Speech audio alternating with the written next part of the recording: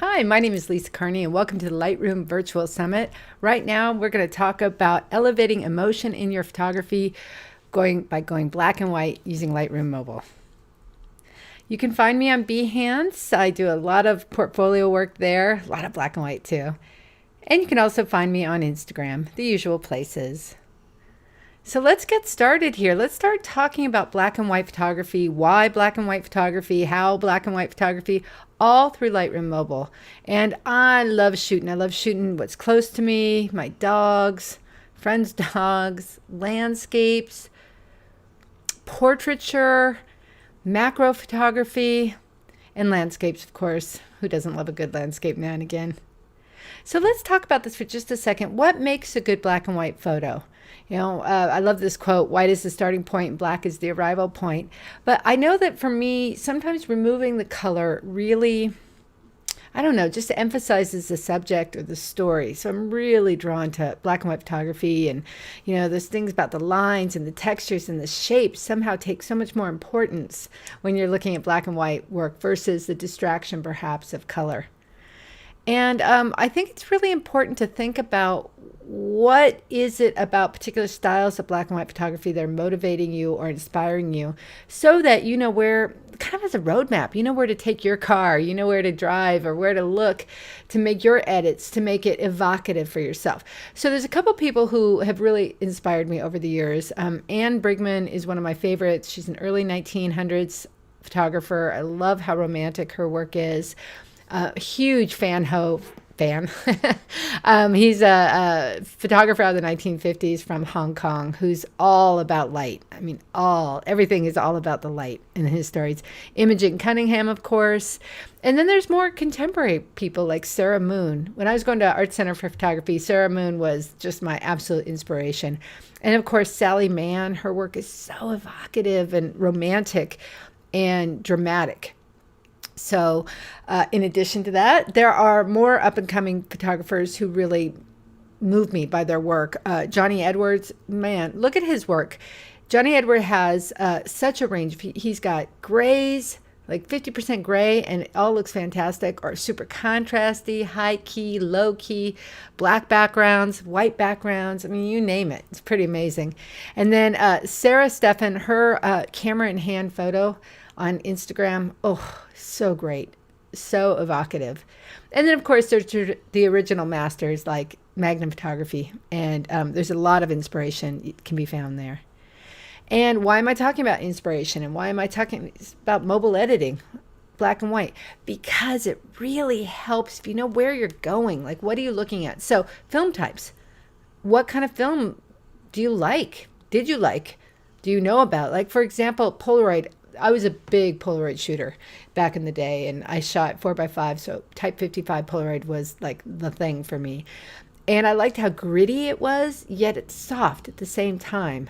It was amazing. Polapan, it was a 35 millimeter black and white slide film that was incredible. You processed it with a little hand crank machine.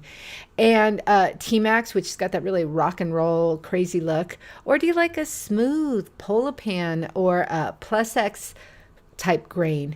And I'm asking you that because these are decisions you can make in Lightroom Mobile by making your grain selection in the effects panel. So I want to talk about that, and I want you to be thinking about that. So when we're talking about black and white for film, for traditional DSLR, or for mobile, all these things matter. Tonality, contrast, dynamic range, luminosity. How much contrast, how much tone do you have over the whole piece? How much brightness do you have, or darkness? And of course, grain and grit. Gotta love me some grain and grit. So let's talk about this. Who says we can't use the zone system, Ansel Adams zone system, for mobile photography?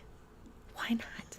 And how would you do that? How would you even begin to use the zone system with mobile photography? Well, how you can do it is, one, think about your tones and look at your histograms. We'll talk about that in just a minute. And in particular on the light module, the light editing module on mobile Lightroom, you can play with the blacks and the whites, which handle your 0 to 10, your black and white of the zone. Who knew, right? So We can get pretty traditional about this. So as I'm talking about mobile, Lightroom Mobile, let's clarify some stuff here, especially during this Lightroom Summit. There is Lightroom Classic, which is the desktop version, and it's got catalogs, and you store your own data wherever you want to put it. And then there's Lightroom, formerly Lightroom CC, Lightroom Cloud, and that Lightroom is across a whole ecosystem. So I work on my mobile device, I work on my iPad, I work on my computer, my desktop computer, and I can go on the web. So I can be at a client's and log in and look at my images and work on them there as well.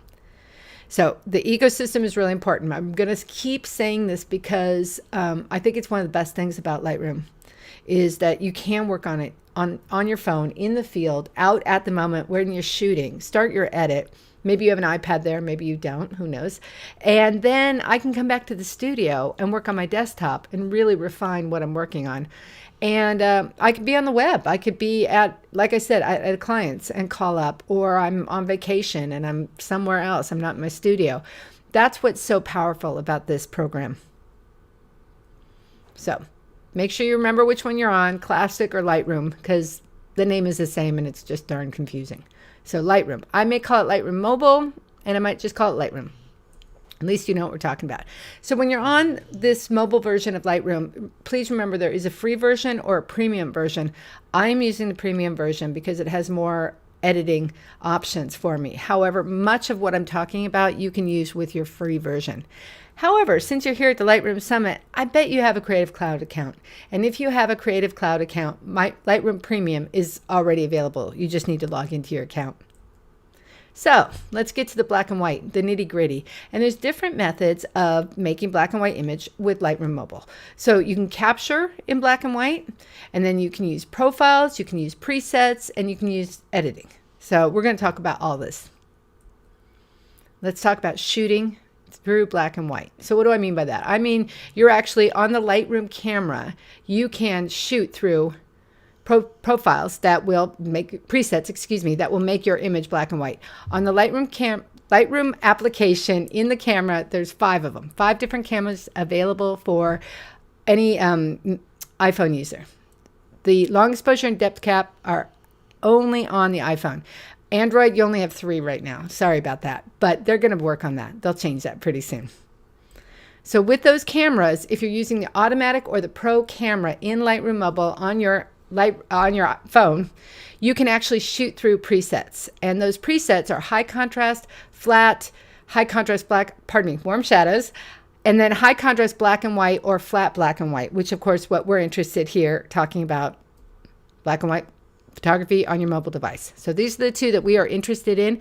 And here's what I like about this. When you shoot through the monochromatic mode, when you're shooting through high contrast black and white or flat black and white, you can see it. You're looking through your camera and it's black and white.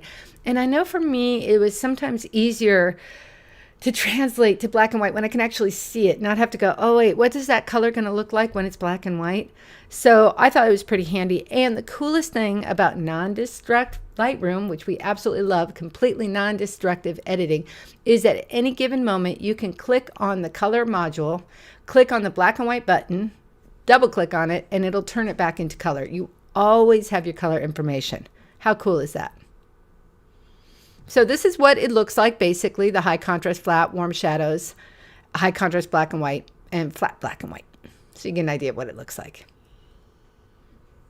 And good time to note that when you're shooting through the Lightroom cameras on your mobile device, you can shoot in RAW. Absolutely, you can shoot in RAW DNG. You just have to click on the top button there and Bob's your uncle.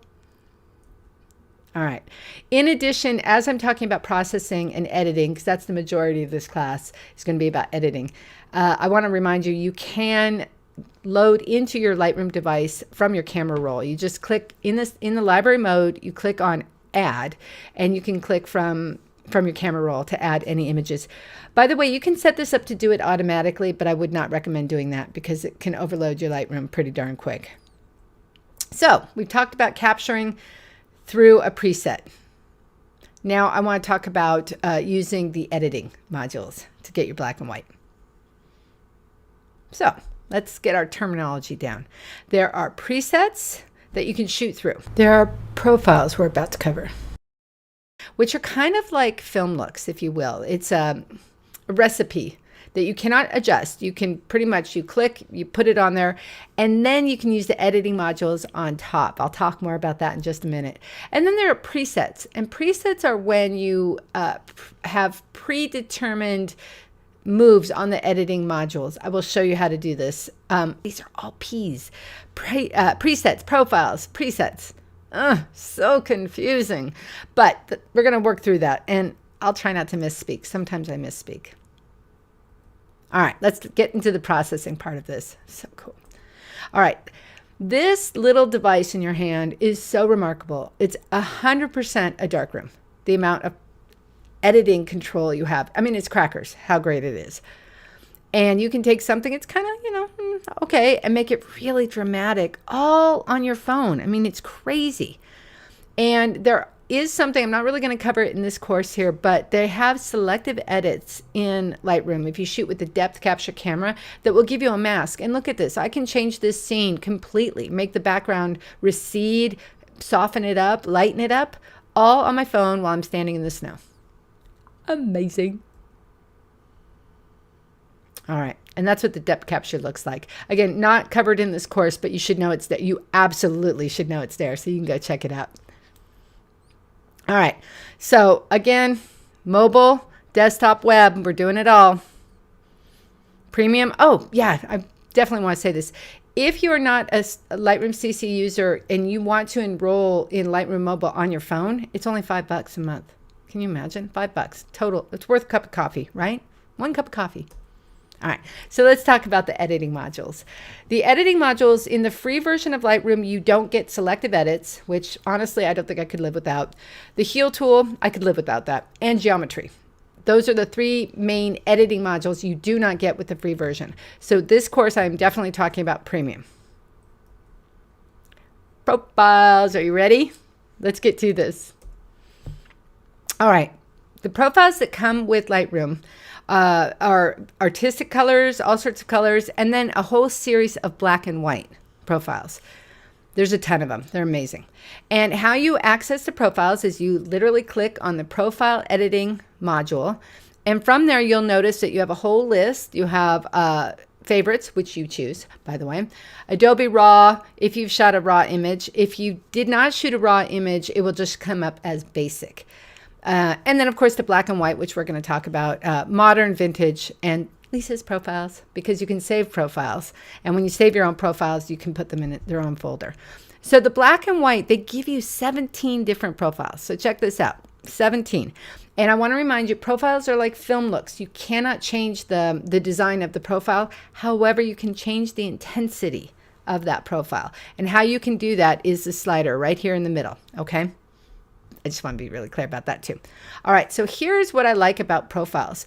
With profiles, if you turn your histograms on, see, I'm kind of a traditionalist. I like to, if I'm talking about the zone system, for example, I want to see where my blacks are, my midtones, and my highlights. And how you can do that on mobile is by having your histogram viewing on the top. So if you notice the little 3 dots at the top here, you click on that, you can go to viewing options, and in viewing options, you can turn on the histogram. Now, because I keep talking about that ecosystem, mobile, desktop, web, I would just want to show you what the desktop version of this is going to look like. Similar, right? So let's take a look at this. The black and white, they give you 17 different profiles. And what do they do? Well, they name them black and white 1, 2, 3, 4, 5, 6, 7, 8, 9, blah, blah, blah. They don't tell you what they do they? So how do you know? Well, you can look. You can just look and see what it does to your image. And what I like to do is I do this test. I have my little Macbeth color chart, and I stick it in my frame, and then I can see what the tone is doing. I have a 1, 2, 3, 4, 5, 6-point tone system there on the top, and then the colors. And this way I can see, well, what's happening? What happens to the blacks? What happens to the white? What happens to the red? And all the while, don't forget about your histogram, because that will definitely show you what's going on in your profile. So this, for example, this was on the right-hand side here, this is a no profile added. This is just a hue saturation taken down. And then I put black and white profile 4. 0.04. And look what happened. Look what happened to the shadows and the highlights. The highlights went up and the shadows went up, and the histogram moved from the midtones. Okay, so this is just something to get used to looking at and reading. You can turn it off when you're not interested in seeing. On your phone, if you double tap on the top, it'll turn the histogram off. It's a quick key for you. So what they also have in the profiles, which is amazing, is they have a blue filter, green filter, yellow filter, orange filter, and red filter. Yes, just like the old days when we used to screw those little filters on our lenses when we were shooting with black and white film. So you can change your scene with a filter. How cool is that? Traditional darkroom techniques or shooting techniques, all in Lightroom Mobile. Now, how do you know what those filters do? So on the left-hand side here, you'll see a strip of color, and that color is being affected. This is when you translate that color to black and white, this is what you get. Now, if you put the red filter over it, look what happens. Your reds get hot. Your reds get warm or lighter, and your cool colors or tones gets darker. And then slide on over here to the blues, and the exact opposite happens. So if you have a blue filter, your reds are going to get dark, your warm tones, but your blues are going to get lighter. So on a scene with, I'm going to go back up for here for just a second. That black and white number 4 clearly is a reddish filter. And how do you know that? Because look what happened to the blues. The blues got dark. So this little chart, see, look, it's red filter. See, can't fool me. Well, yes, you can, but that's all right. So one of the things that will mean is when you're making your black and white image and you're using a portraiture, for example, definitely going to want to use the red, orange, or yellow profile as a starting point, I would suggest. Because look what it does. It lightens up the skin tones. And once again, going to remind you, you cannot change the recipe of this, but you can change the intensity by clicking on the middle slider here, and that will either give you more or less. And on Lightroom Mobile, it'll tell you at the top of the phone what percentage of the filter you're using. I keep calling them filters because I used to use a filter over the lens. I know it's a profile, but it's a filter for me. All right, so that's pretty cool. So that's one way of making black and whites, profiles. Now we're going to talk about the color module for another way of making black and white. And there's more to this than I think most people realize. So in the color module, you have your standard temperature, white balance, tint, vibrance, and saturation. But this little bar here in the middle is everything. You have black and white, which makes it just a basic monochromatic. You have color grading, and then you have mix. And the color mix you definitely want to use for making your black and white. Really? Yeah, really. And in addition, you've got this pizza pie here in the center. That will take you to the targeted color adjustment. And I'm going to show you how this works. Totally amazing.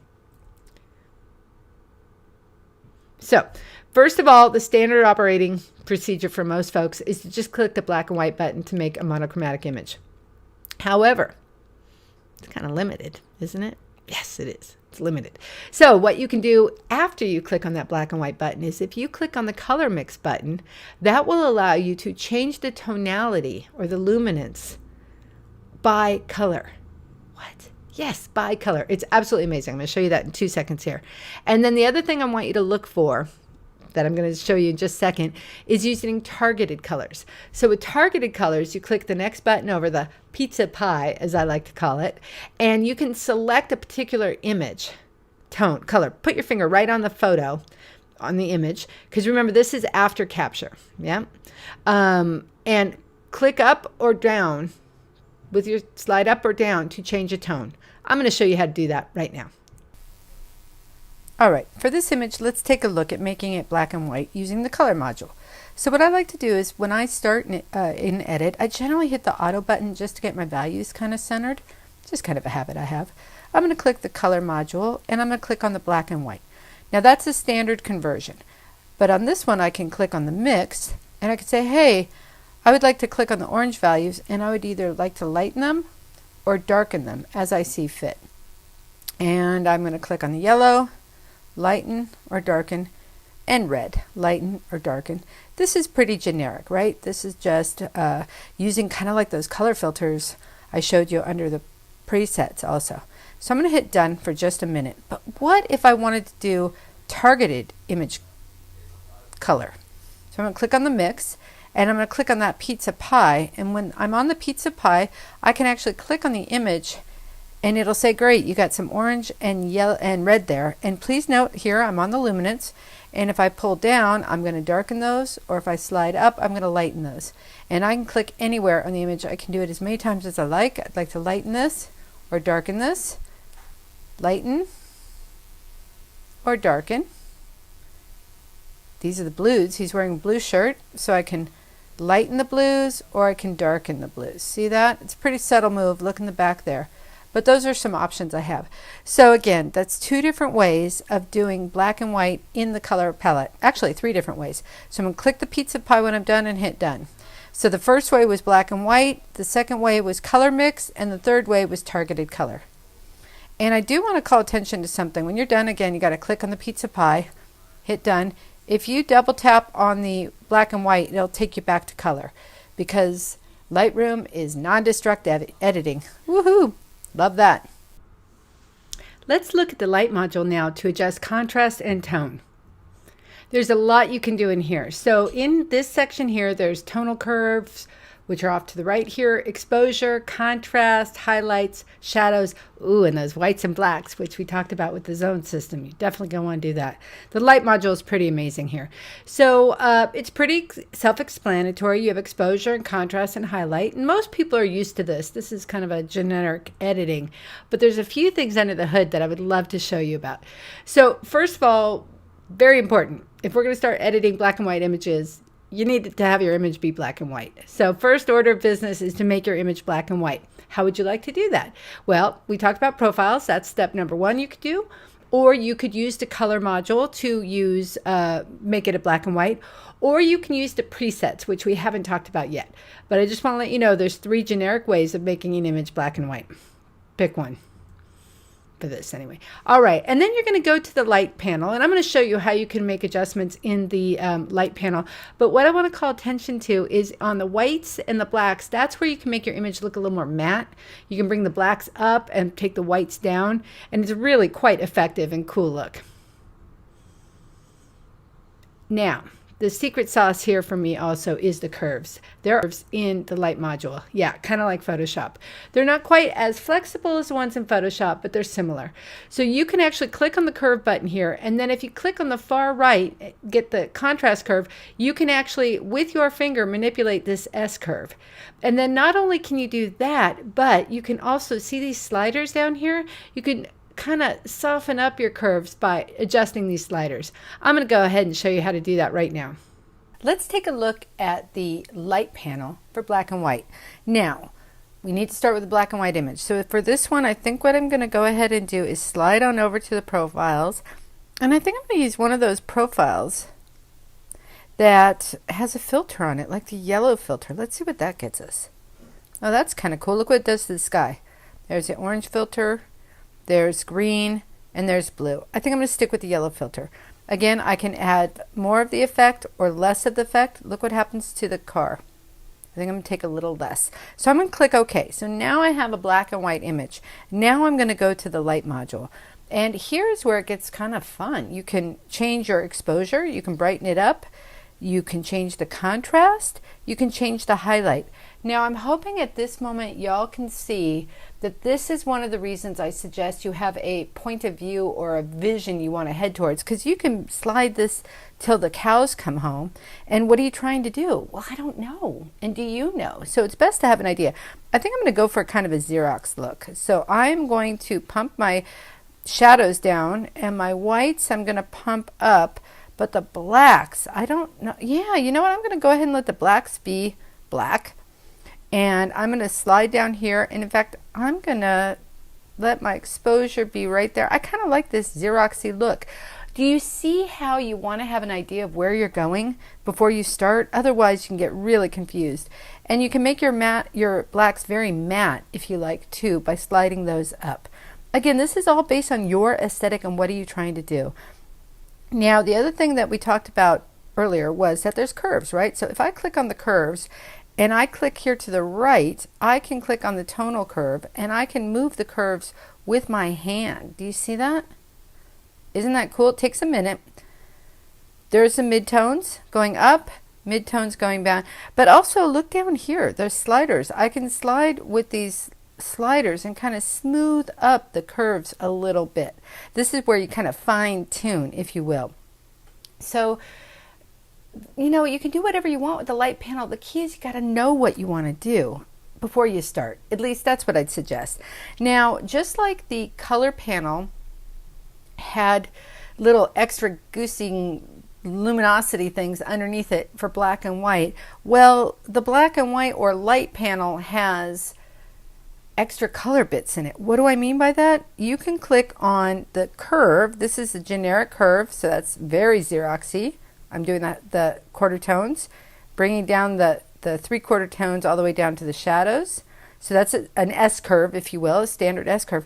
But wait, what are these 3 dials here? I can go to the blues and say, hey, I'd like to add the color blue to just the highlights, not the shadows.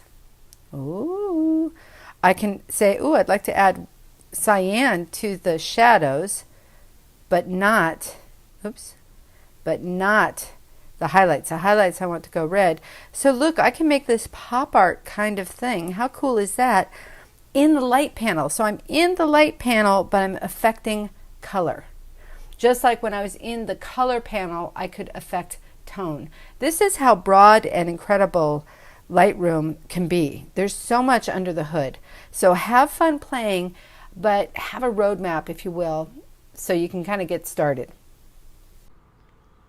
This next section is going to be the effects panel, and we're going to look at making film looks, that I like to call it, which be the texture, the edge vignetting, and the grain.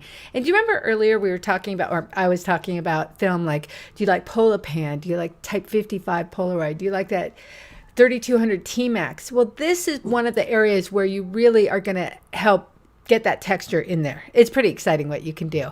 So in this section, you've got texture, clarity, and dehaze. That's one part of it. Then there's vignette. And if you look at the panel on the left, it's kind of hard to tell, but that feather, midpoint, roundness, and highlight, that has to do with the vignette. So I wish they had inset that a little bit, but they didn't. That's all right. Okay, and then underneath that, you're going to find grain, and you can increase the size and or roughness. And I'll give you a demo all on this. So you can really kind of pull your eye into an image using the effects sliders. It's pretty cool, especially that vignette. I'm in love with the edge vignette. And you can make an image look pretty crispy and dynamic, all using clarity slider and texture. So what we're going to do for this particular image is I'm going to use this Paris stairway here to show you how you can use the effects to kind of tighten up an image, as I'd call it, tightening. And what you want to do is, like always, you need to have a black and white image. So how are you going to have a black and white image? As I said earlier, you have 3 ways to do it: profile, color, panel, that is, and the presets, which we'll get to later. So on this one, I just happen to pick the profile. Easy peasy lemon squeezy. And then I'm going to go to the effects. So in the effects, I want to show you that there's texture, clarity, and dehaze. And one of the little watch out things I want to tell you about is if you use the dehaze slider, chances are your shadows are going to block up a little bit. So you're going to need to go back to your lighting panel and lighten up the shadows just a little bit. Almost always. And the vignette. Oh, do I love me some vignette. So with the vignette controls, you can actually kind of put that darkening around the edge or even lightening around the edge if you like to go the other direction. And don't forget about the grain. So let me go ahead and give you a little demo on how this works. Let's take a look at using the effects module to increase the structure and tone on this image. So first of all, like always, let's make it black and white. I'm just going to click on the color module, click on black and white, close that, and slide on over to the effects. So with the effects, how I like to start is I like to start with my clarity. I'm going to slide that over a bit and then add some texture. If I decide I'm going to dehaze, I think I'll start to dehaze that a little bit now. I try not to go too far because things can look a little weird. You can get haloing. So at this point, I can see my image is way too light. So I'm going to go to the light panel and I'm going to bring those highlights way down. And in fact, I think I'm going to bring the exposure overall down a little bit. Now, even though I used the dehaze, I think my shadows are kind of okay. Well, maybe I'll lighten them up just a little bit more. And now I'm going to go back to the effects panel And I can bump up the clarity a little bit more and the texture a little bit more. At this point, I'd like to add some vignettes. So I'm going to slide up to the vignette and just going to darken around the edges. You can't control where the vignette starts or comes from. You can only, it's a basic shape, but you can change the midpoint, so how wide it is, small, wide, how feathered it is, if you'd like it to be really soft. In fact, I'm going to slide that midpoint down a little bit, and then roundness, and then round versus oval, okay? And I think at this point I like it pretty well. The highlight button will allow it to not affect the highlight. Look at the far right of this image where it's lighter. The vignette will not go over the highlight. That can be really handy, especially with people. So at this point I think I'm going to add some grain, and I'm going to add a bunch of grain. I want it to be pretty chunky, but here's the issue. You can't really see it on a mobile device, so I'm going to zoom on in. And I'm going to pull up the grain. Oh, I like that. And then I'm going to change the size. Now I find this takes a minute for the phone to react to. And also, this is a screen, and viewing grain on a screen is pretty challenging. When you print this, it'll absolutely make a much bigger difference than you're seeing on a screen. And this is roughness. So now it's super rough, super fine. So this would be like more of a Polapan or Type 55 look for Polaroid. And this would be more of that grungy Tri-X 3200 look. It's whatever you want. There's so much you can do here. But there you go, the effects panel in just a brief second. I'd like to show you a little tip on the vignette that many people don't know. You can use it to make a frame. So I'm going to take this white image just as a demo, and I'm going to go to the effects panel, and I'm going to go to the vignette. So that's what a generic vignette looks like. And if I bring the midpoint in, but now if I turn the feather on higher, you can see what this does. Or if I turn it all the way off, look what I have. I have a frame now. And here I'm changing the midpoint so I can get the corner frame. You can also change the roundness. Do you see that? So I've effectively made a frame. Isn't that interesting? So I'm just going to do something here so you can see this. I'm going to copy this setting. I'm going to go back to my images, and I'm going to go to this picture here, and I'm going to paste this setting so you can see what the frame is. Don't worry about the light. That was just me cleaning up my white palette. So it's kind of a cute little way of making a frame. And again, always editable. God, I love this program. So I can shift the midpoint. I'm going to make it more like a port. I can make it just to the edges. I can feather it even. So it could even look like a very old-fashioned photo if you like. Anyway, making a frame out of vignette. Give it a try. Presets are awesome. Presets are when those editing modules have already had the sliders moved or controlled somewhat. They're not permanent. You can change them as much as you like. So there are default presets, there are saved presets, and there are user presets. And presets are kind of a way to start your look off. And oh, I love this black and white infrared. I think it is so beautiful. And one of the things on this black and white infrared is that the clarity slider is slid to the left so that the whites get kind of soft and the greens and the yellows get really bright, like infrared film. So you can tell that in the color slider, those luminosities have been moved the other way, just like we were playing with the color sliders. So as I said, Lightroom gives you a default set of presets. They're beautiful. These 10 come with the program, and you can use them as a starting off point. And do you remember we talked about film looks and emulating, like trying to decide what kind of moves you? Well, like if you liked a Nikki Boone or, well, Nikki Boone's a great shooter. Her work is kind of contrasty. Well, maybe you start with the high contrast. Or if, like that Anne Brigman, that soft, out of focus, early 19th century, what if I start with the soft preset and then just change the color grading to have that warm, rich, old paper look? Do you see where I'm getting at with this? So we're going to take a look at presets and see how you can use them in your toolbox.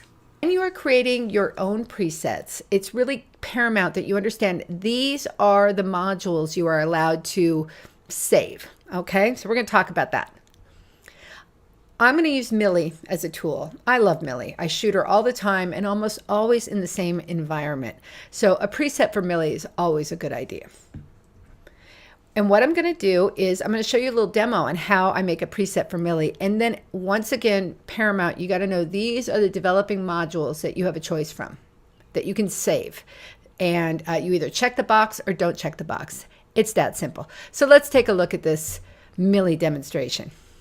So with Millie, I'm going to pick a picture down here on the bottom right, and I almost always click auto to start, kind of a habit of mine. I then tend to go to color to make her black and white, and or with this one, I think I'm going to color grade her. So I'm going to go to color grade, add some color to the shadows, and then add some more to the highlights, a different color, and then shift the midtones to another tone. So that's 3 tones all in one. And then I'm going to go to effects and add some clarity and probably some texture. And then I'm always add a vignette because I like that camera vignette look. And you can adjust those, quite fun. And then what I might do, you know, got to evaluate your picture, is I might turn the optics on, like enable lens correction and remove chromatic aberration, tough word. I almost never do geometry. So you click the upper right button here to find create preset, and once again you select the options you want turned on. Geometry I almost always leave blank because the angles of the images change. Please name your presets and name them in such a way that makes sense to you. I'm crazy about naming things. And now I have Millie's preset number 5. And if I go over to another image in the same series, I can click on it, slide on over to my presets, slide on over, and then pick my Millie number 5. And what you'll see here is I have a bunch of Millie presets, pardon me, because I shoot her in different lighting scenarios, and each one is different. But this way I know when I'm shooting Millie, these are my shots. And it just speeds up the workflow and provides for different opportunities. Like I can click those other Millie presets and go, oh yeah, I really want that one. Presets are easy, they're fun, they're useful. And yeah, what else can I tell you? It's a good deal. Please don't forget to name your presets. It's really, really important. And name them something that makes sense, because you come to them a year later and you just don't know what you have chosen. Have fun with presets. They're really handy. So throughout Lightroom Summit, you're going to hear some great tips on how to use Lightroom Classic. Well, some of those techniques you can actually use in Lightroom Mobile. And this is really important to know. So Anthony's going to be covering some black and white landscaping. And I'm certain some of the techniques he's using in Classic you can absolutely use in Mobile. Jesus Ramirez is going to go over color grading. And you can absolutely do color grading in Lightroom Mobile, which is pretty cool. Anthony's also doing selective color grading, which you might be able to do in Lightroom Mobile, depending on how his effects are done. And then, of course, Matt Kowalski's got all those great profile presets you can load up. You just have to load them up through Classic, export them, and then load them onto your desktop version of Lightroom. Not Lightroom Classic, but Lightroom. So there's a lot to be had here in this Lightroom ecosystem. Keep exploring. Thank you for joining me on making black and white photography using Lightroom Mobile. I hope you found some new tricks and got inspired. You can find me at Creative Live. I have a bunch of mobile photography courses there, as well as Photoshop courses. And as always, please always feel free to email me at lisa@lisacarney.com. Enjoy the rest of Lightroom Summit. Thank you.